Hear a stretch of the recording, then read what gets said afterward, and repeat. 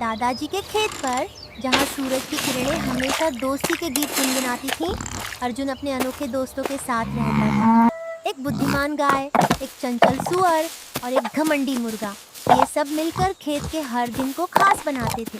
उनकी दोस्ती गहरी थी और खेत का हर कोना खुशियों से भरा रहता था। एक तूफानी रात के बाद अगली सुबह जब वे खेत की सफाई कर रहे थे, तो फूलों के बीच उन्हें एक अजीब सा गोल मटोल फर वाला प्राणी मिला। उन्होंने उसे पफ नाम दिया। पफ को फूल बहुत पसंद थे और उसकी सबसे अनोखी बात थी, वह अचानक गायब हो सकता था, मानो जादू से।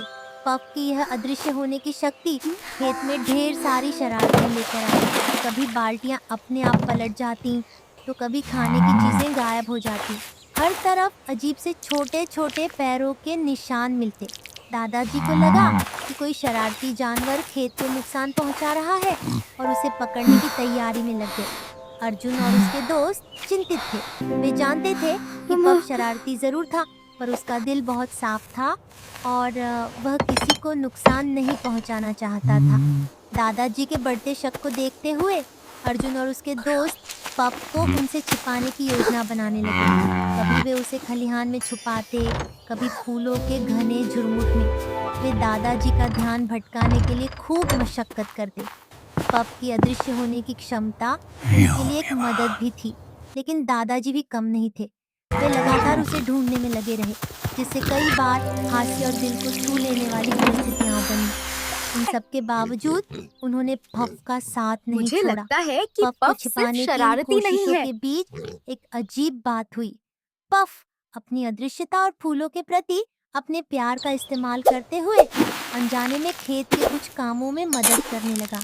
कभी वह खरपतवार हटा देता, कभी पौधों को पानी दे देता और कभी खोई हुई चीजों को ढूंढ निकालता। अर्जुन और उसके दोस्तों को एहसास हुआ कि पफ सिर्फ शरारती नहीं था, बल्कि बहुत उपयोगी भी था।